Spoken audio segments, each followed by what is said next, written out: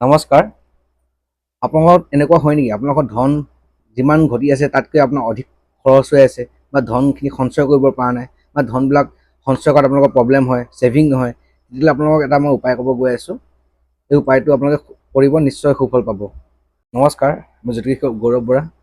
আপোনালোকক মই ফেচবুক আৰু ইউটিউব মাধ্যমেৰে বহুতো ভিডিঅ'বিলাক দি থাকোঁ, গতিকে আপোনালোকে মোৰ পেজটো ফ'ল' এণ্ড ছাবস্ক্ৰাইব কৰি দিব, যাতে আপোনালোকে ভিডিঅ'বিলাক মোৰ পৰা চাই পেলাই নিজে শিকিব পাৰে বা ঘৰত আপোনালোকে নিজে ব্যৱহাৰ কৰিব পাৰে।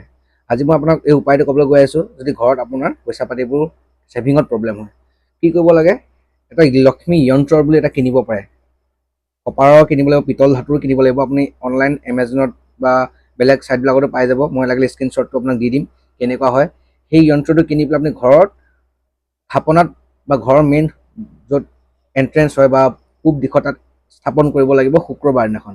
আৰু সেই মন্ত্ৰটোৰ আগত আপোনালোকে সদায় সন্ধিয়া বা ৰাতিপুৱা গা পা ধুই উঠি এটা মন্ত্ৰ গাব লাগিব। মন্ত্ৰটো মই আপোনাক কৈ দিছোঁ আৰু স্ক্ৰীণত মই লিখি দিম, আপোনালোকে সেই মন্ত্ৰটো যিমান পাৰে জপ কৰিব।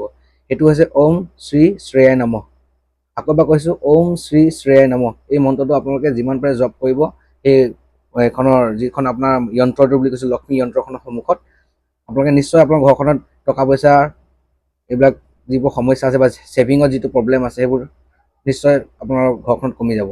আপোনালোকে কৰি চাব। এইবিলাক উপায়বিলাক বহুত সৰু সৰু উপায় হ'লেও বহুত ষ্ট্ৰং উপায়। এইবিলাক মই কিতাপৰ পৰা চাই পেলাই কৈছোঁ, গতিকে আপোনালোকে এইটো ইগন'ৰ নকৰিব।